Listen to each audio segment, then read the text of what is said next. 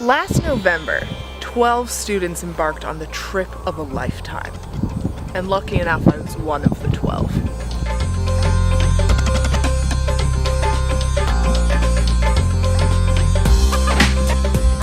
So we studied the effects of community-based ecotourism and what it does to community development. We split up into groups and we went into small villages and small businesses that were leading tourism groups, and we asked the people around who are affected by this business how it's changed their lives. Has it made roads more accessible?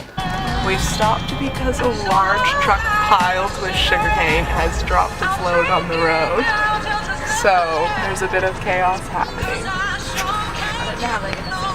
I'm not sure how we'll get around this.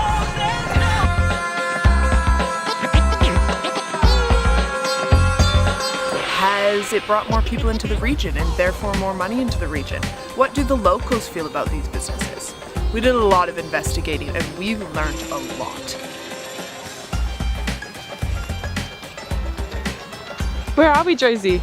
We are at Corbett National Park and we're in an absolute gorgeous retreat. And they do absolutely everything eco-friendly. So we're ticking our boxes. We've got economic, environment, and people. Tick, tick, tick. We were the first group sent by Griffith University to investigate these businesses and see their sustainability practices in action. And you could be the next.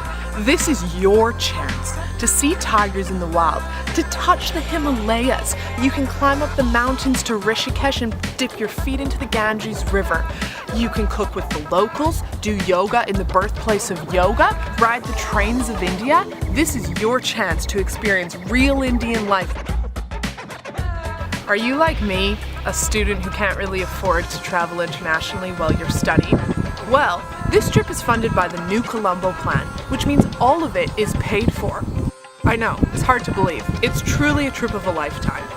You could be packing your bags to head to India this coming November.